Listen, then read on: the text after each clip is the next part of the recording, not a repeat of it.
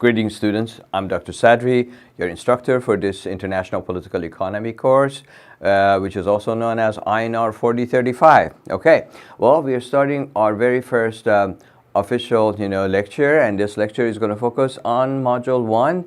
The part that we are going to cover right now is going to be the introduction to the field. Okay, so having said that one, before I start with my PowerPoint, I'd like to kind of remind you that our course always starts from the modules page. So Canvas might tell you some other, instructions. Canvas has a tendency to have its own mind, but you need to listen to your professor, not to Canvas necessarily in that regard. So as I mentioned, you always start our course from the what? From the modules page right there. You can see it there. And then if you follow every module exactly what it says, it usually starts with a very brief description of what the module is all about, and it has all of your what? Required readings, and then after that it moves on to what? To the PowerPoint that we use in the class for the lectures, and then it continues with, for example, what you need to do for every class session. Okay, very simple. It's a basically one-stop shop. Why?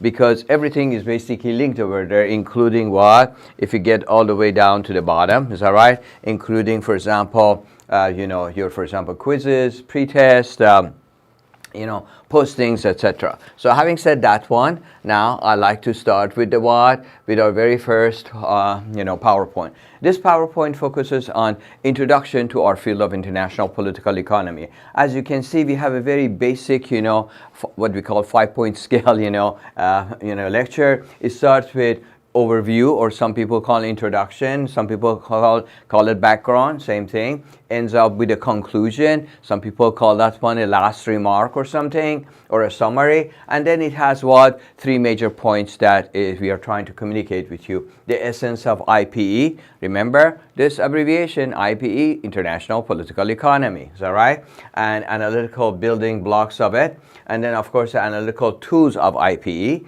So as you can see, it's a very, very basic stuff. Okay, so here we go. In terms of overview or introduction, what is so interesting about IPE is IPE is an interdisciplinary wide field. When we say something is interdisciplinary, we mean a field that goes across the border of just one discipline. Okay, so IPE, International Political Economy, is covering basically 3 different keywords. Is that right? Political, related to politics, economy, is that right? Economy and business, and the international dimension of it. So this is not a course just about the interaction between the 2 fields of politics and economics inside the country, but it goes beyond the border of one country. So in that regard, when you're thinking about it, it's interdisciplinary because it goes beyond just politics. Is that right? It includes economics. And of course, I don't want you to get it confused with the other course we offer called political economy. Is that right? So while political economy focuses inside the state, international political economy focuses activities beyond the border of one state. And that's a very important point to mention.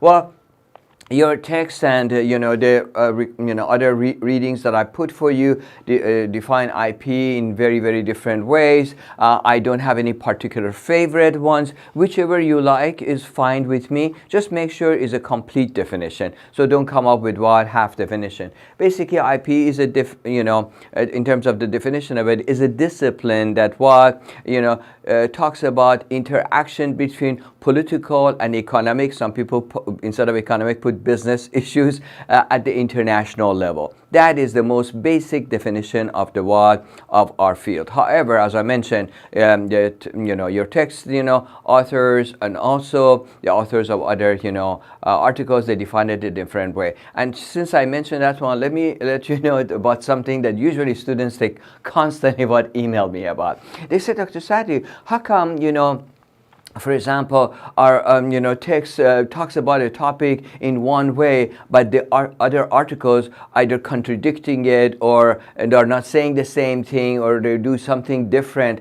Well, that's the whole point. Is that right? Look, this is not Soviet Union, and I'm not, I don't know, Joseph Stalin trying to force you to have one perspective on this issue. My job, here is to expose you to as many ideas as possible. So, of course, course, you could see, on purpose, many of these, articles, they present different perspective. I want you to see the liberal perspective. I want you to see the conservative perspective. I want you to see the radical right, radical left, something in the middle. Do you see what I mean? This is very important because it's not my job to try to convince you to believe in something. Is that right? It's my job, number one, to provide you with the information as value-free as possible, and also to provide you with the analytical tools that you need to what? To grab the information, synthesize it the way you like it. Is that right? And you formulate your own opinion. So we are not robots. We are not going to all supposed to be programmed to think in the same way. Okay, that's not the nature of our civilization here.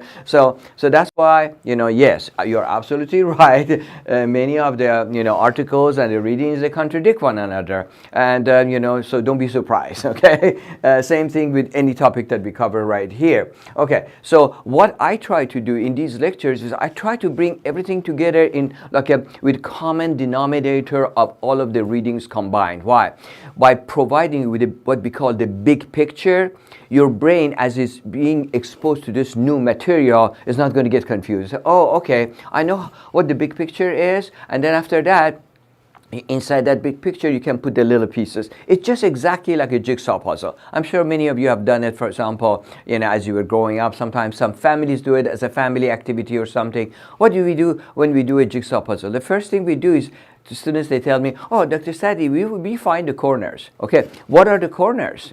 That's what we call in our field structure. Is that right? So you find a structure. When you connect all those things, then all those other pieces in relationship to the image that you have in your mind, or the image that the puzzle sometimes provides. Is that right? You know where these things are going to go. So that's the job of my lectures, not to indoctrinate you, but to provide you with basically the general view of all of our readings combined. Is that right? So then as you're reading more details, you can digest the material a lot better. All right? Okay. So the last reason, I wanted to, cover are the reasons to study IPE. Well, there are many reasons. Of course, as an academician, many of us, we think that, IPE provides very interesting theories, methods to study topics that they go beyond the control of politics and economics.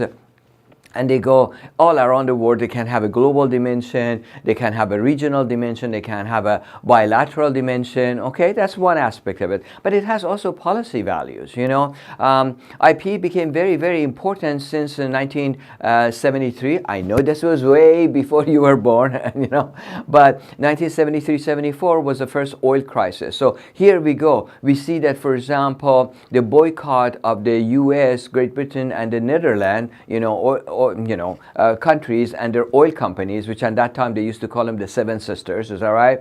So led into major political issues, and vice versa. We can say major political conflict, and led into economic issues, and of course it has a security dimension. So you can see that that was not a type of issue that only political science by itself could resolve. Is that right? Or economics by itself could resolve. All right? Or the security studies by itself could resolve. It required a new subfield to focus on that, bring them all together, make sense out of it. So it has a very significant policy dimension.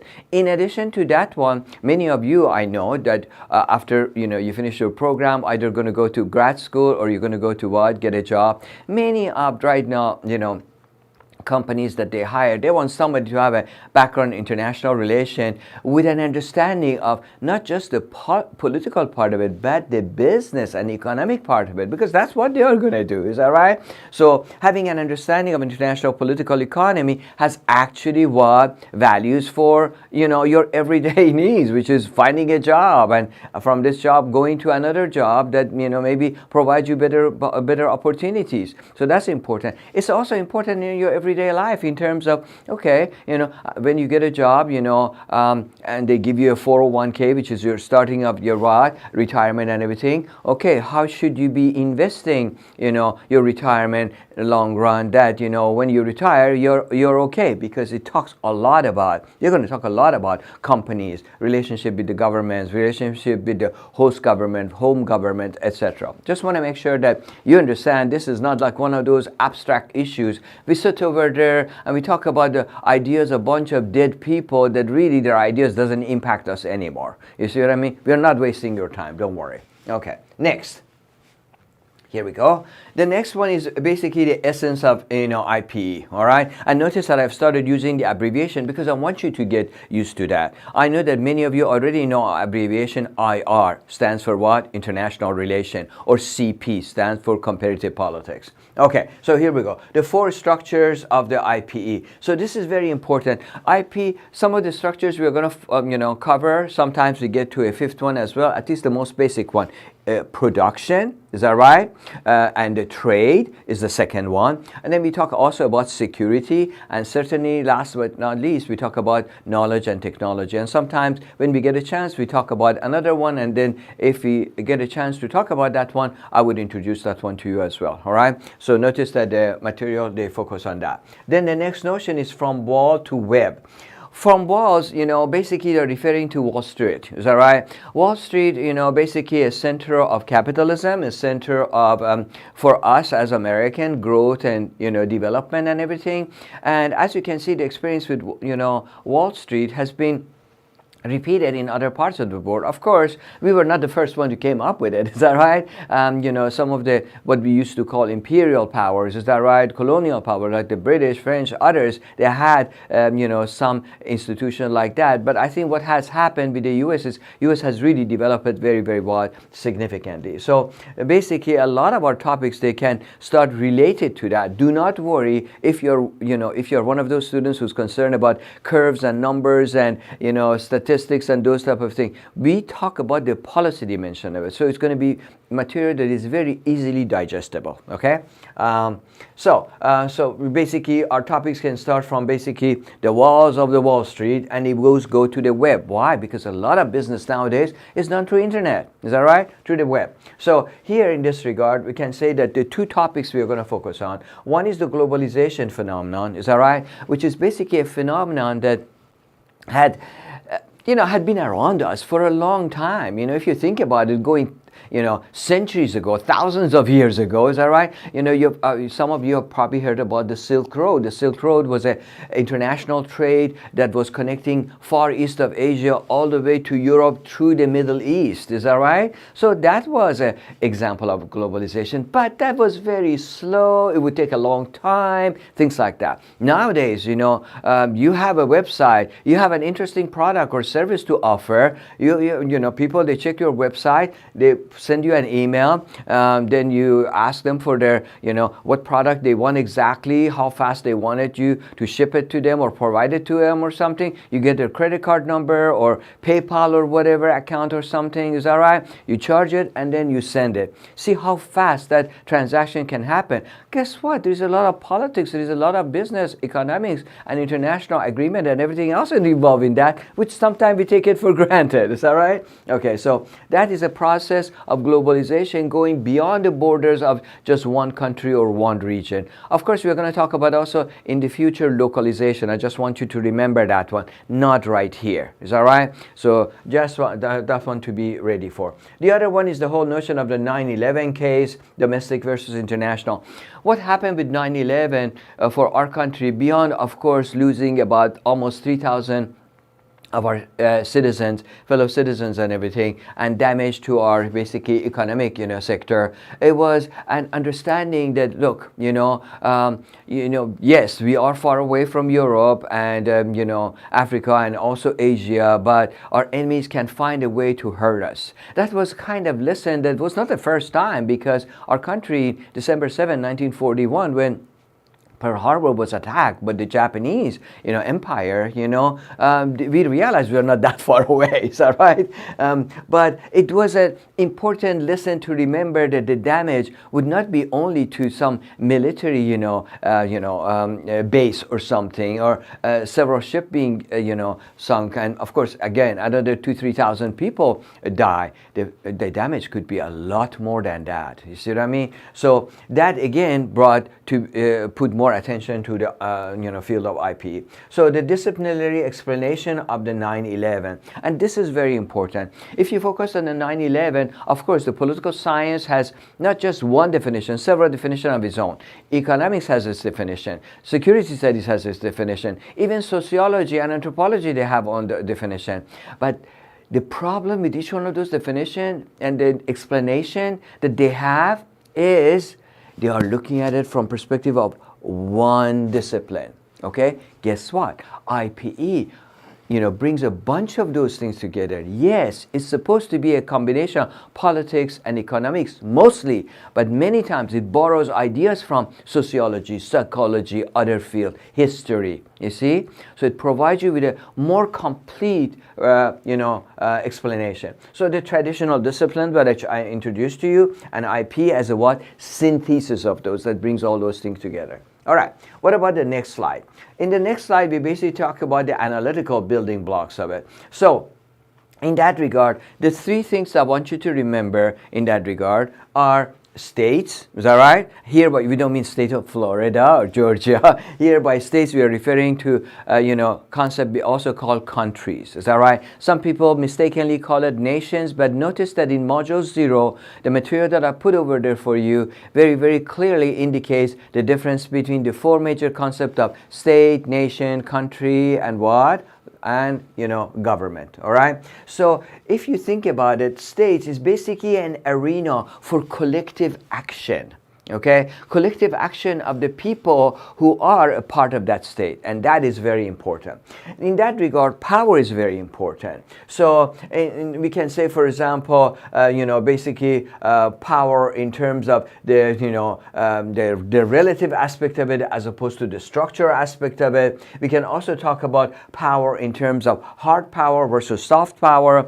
Hard and soft power. Hard power usually refers to the military. Soft power, economic, cultural. So in terms of relative and structure, I want to give you a hint because those are some of the topics that our text and what and the articles are talking about. So instead of just trying to spoon feed you, I want to kind of encourage you to go and remember that. Notice that by mentioning it here means, yes, there's tons of information, but what should you remember?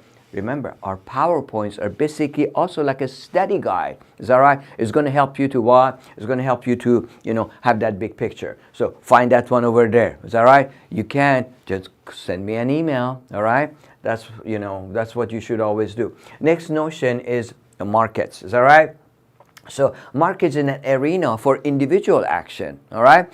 Now, I mentioned the concept of state. I want to remind you, and concept of the market. I want to remind you about some similarities and some differences. If you remember in Module 0, the basically orientation of our course, we define concept of state as state is a political / legal, apparatus or unit that has 5 major characteristics. It has people, it has a territory, it has a government, it has independence, or that very fancy French word that everybody uses as a term, sovereignty. Is that right? And last but certainly not least, fifth one is has diplomatic recognition. All right. So in that regard, if now we remember a definition from our orientation, what about the markets? Markets are basically entities that have at least 3 major characteristics. Number 1, they have to have people. Is that right? So markets, they have people. Market in these people, the number 2 is capital.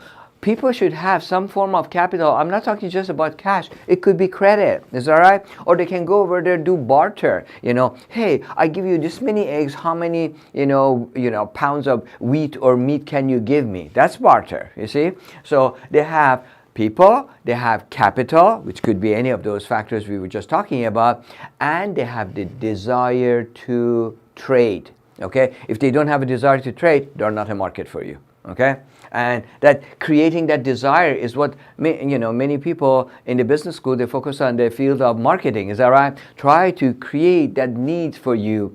So it's either psychological needs or physical needs or whatever. You see what I mean? That's a very important factor. So now you understand some of the similarities and the differences between the two. And as we mentioned, this is an area of individual action. You decide about those things individually. Now, it has a collective dimension when every individual make a decision. There is, yes, we say, oh, this product is or service is very popular among our public or not, you see. But in general, the decisions are made at the individual level. So state focuses on the collective action, and markets focuses on individual action. Last but not least is the societies, and this is an arena of history, culture, and values. And that's the part that usually many students like, because when they are reading something, they would like to think about it like a historical story, it's just like a story, and then they remember it well. All right, now let's finish this presentation by focusing on the last part.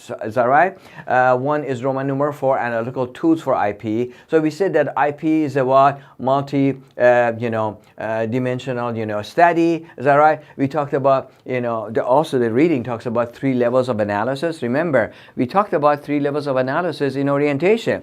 3 levels of analysis, based on Walt's definition is, when we study something at the individual level. In other words, we study the behavior of one individual, or we can study it at the state level, higher level. You put all the individuals together, they collect and they create a collectivity we call state.